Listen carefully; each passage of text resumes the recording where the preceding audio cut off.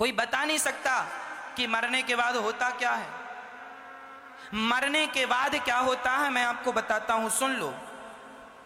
जब आदमी मरता है, नचिकेता ने यमराज से यही प्रश्न किया है। नचिकेता के पिता ने यज्ञ किया, यज्ञ में सबको दान दक्षिणा दी। तो नचिकेता छोटा सा बालक था, अपने पिता से बोला, पिताजी मुझे भी किसी को दो, बताओ आपने मुझे किसे दिया? आपने सबका दान किया, मेरा भी तो दान करो, बताओ मुझे किसे दिया? तो बार बार नचिकेता कहे, अरे बेटा क्या कह रहे हो, कोई बेटा को भी बाप देता है क्या? ना। जब बार बार नचिकेता ने कहा तो पिता को गुस्सा आ गई, कहा जा मैंने तुझे यमराज को दिया। तो नचिकेता यमराज के पास चला गया और यमराज ने देखा हिसाब किताब, बोले बेटा भी तो तेरी मृत्यु का समय है नहीं और तू यमदूत यमलोक में आकर द्वार पर बैठा है। यमदूतों ने यमराज को बुलाया, महाराज ये बालक आया है मृत्यु लोक से, बड़ा तेजस्वी है, पराक्रमी है, कहता है मेरे पिता ने यमराज को दिया। तो नचिकेता ने कहा यमराज जी को बुलाओ। यमराज जी आए, यमराज जी के चरणों में गिर के नचिकेता ने कहा, महाराज मेरे पिता ने मेरा दान आपको कर दिया, मुझे स्वीकार कर लो। यमराज जी ने हिसाब देखा, बेटा भी तेरी मौत नहीं आई, अभी तू मृत्यु लोक जा, जब आएगी तो हम खुद लेने आएंगे, तू अपने से आ गया, इतना शक्तिशाली है तू, अपने से यमदूत के पास यमराज के पास आ गया, चला जा यहां से। नचिकेता बोले मैं नहीं जाऊंगा। यमराज जी बोले अच्छा एक काम कर, जो तू मांगेगा मैं दूंगा, पर यहां से चला जा, क्योंकि यहां मुर्दों मरे हुए की एंट्री है, जिंदा की एंट्री नहीं।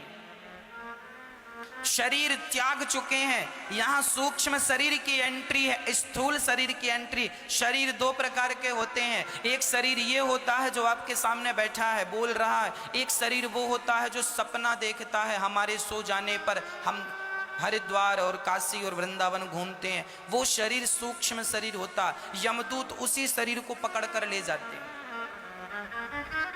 तो नचिकेता ने कहा कि मुझे वरदान दोगे? हाँ हाँ बेटा जो मांगेगा सो ले ले, पर यहां से चला जा। तब नचिकेता ने यमराज जी से कहा, महाराज मुझे ये बताओ कि मरने के बाद व्यक्ति के साथ क्या होता है, ये पूरी कहानी मुझे समझाओ। ये बात यमराज जी ने आज तक किसी को नहीं बताई, पहली बार नचिकेता को यह प्रसंग सुनाया है। हमारी उपनिषदों में यह व्याख्याएं भरी पड़ी हैं।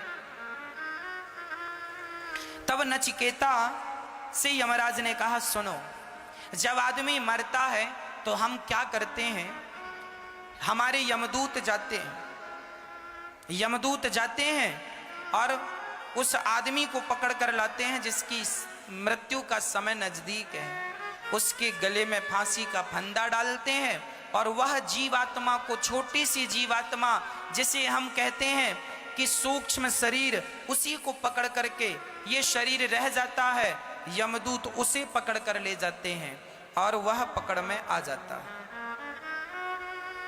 है ना, वह पकड़ में आ जाता है, ले जाते हैं। पुण्यात्मा होता है तो जरा संभाल कर ले जाते, पुण्यात्मा होता है तो उसके लिए बढ़िया व्यवस्था आती है, और पापी होता है तो घसीट कर ले जाते हैं।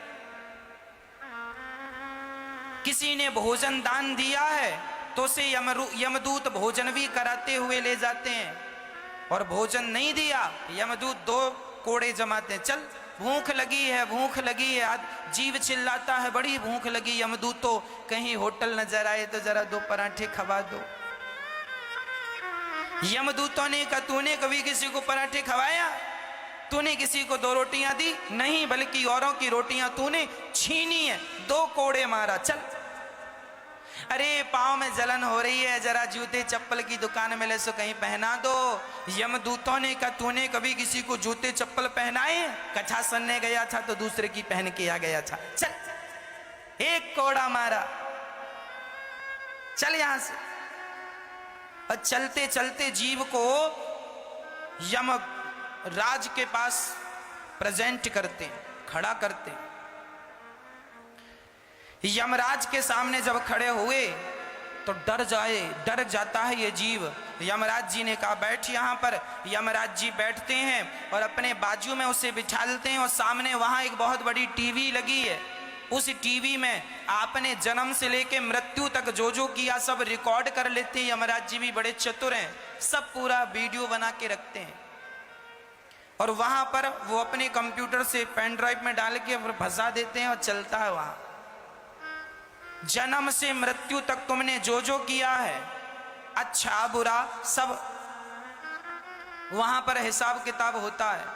यमराज जी कहते हैं देख तूने मनुष्य का शरीर पाया, देख किसी के साथ तू कितना दुर्व्यवहार कर रहा, किसी को मार रहा, किसी को सता रहा, इसीलिए तुझे भेजा था।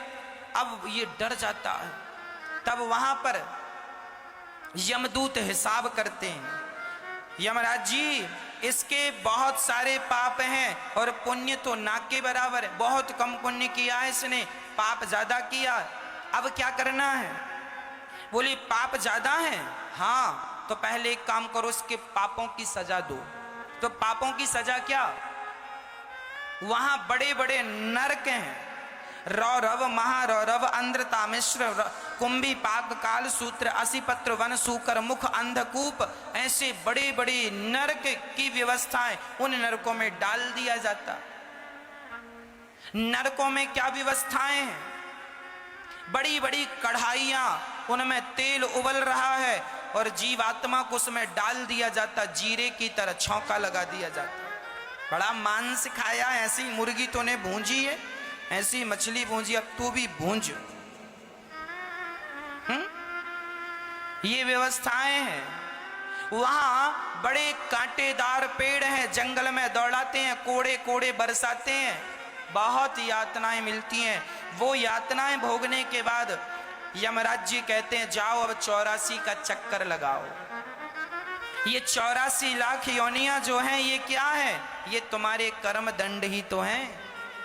जो तुमने गलत किया है उसी के कारण तुम्हें कुत्ता बनना पड़ा। ये जो कुत्ता तुम्हारी गली में घूम रहे हैं ना, ये सब तुम्हारे गली के कल तक मालिक हुआ करते थे। जो पड़ोसी मर गया तुम्हारी गली वाला, वो मर के उसी गली का कुत्ता बन के आ गया। क्यों आया?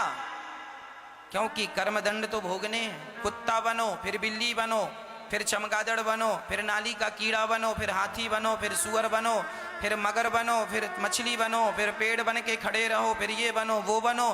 तमाम 84 लाख योनियों को काटने में हजारों साल लग जाते हैं। 84 लाख योनियां, भाई एक योनि माना कि कुत्ते की आयु 10 साल है, तो 10 साल के बाद फिर दूसरा बिल्ली, बिल्ली भी माना कि 5 साल है तो 15 साल, फिर हाथी बनाया, हाथी 50 साल जिंदा, 50 साल तक हाथी, फिर पेड़, पीपल की आयु तो 500-500 साल की होती है।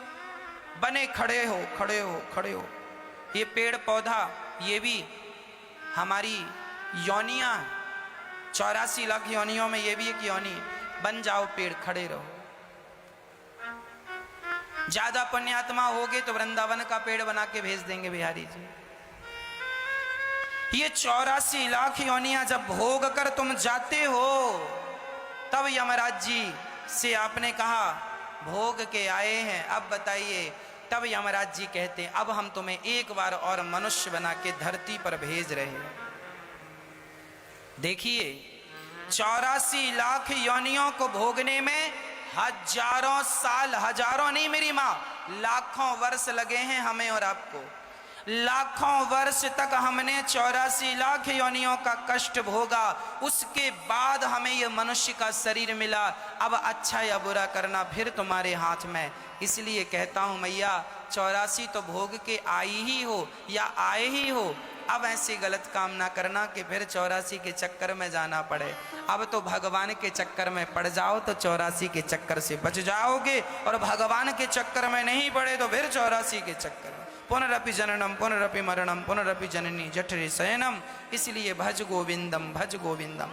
जो भगवान की शरणागति ग्रहण कर लेता है वह जन्म और मृत्यु के चक्र से बच जाता है, नहीं तो बहुत दुर्गति होती है। काश कोई मरा हुआ लौट के आ जाता और आपको सच्चाई बता देता। यदि मेरी बातों में आपको संदेह है तो शायद वो आए और आपको बताए, तब आपको यकीन होगा।